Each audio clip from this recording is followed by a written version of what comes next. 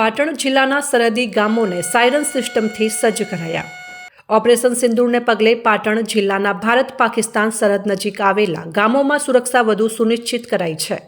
રાજ્ય સરકાર અને મુખ્યમંત્રી ભૂપેન્દ્ર પટેલના નેતૃત્વમાં સરહદી વિસ્તારના નાગરિકોની સલામતી માટે વિશેષ વ્યવસ્થા ઊભી કરાઈ છે.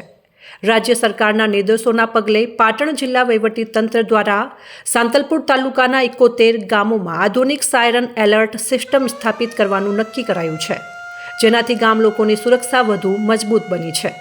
હાલમાં પ્રથમ તબક્કામાં 10 ગામોમાં સાયરન સિસ્ટમ સ્થાપિત કરાઈ છે. બીજા તબક્કામાં 22 ગામો અને ત્યારબાદ બાકીના ગામોને પણ સાયરન એલર્ટ સિસ્ટમથી સજ્જ કરવામાં આવશે. આ સાયરન 5 કિલોમીટરની રેન્જ ધરાવે છે. આ સિસ્ટમ બદલ ગ્રામ્યજનો વતી તેમણે સરકાર અને જિલ્લા વહીવટી તંત્રનો આભાર વ્યક્ત કર્યો હતો.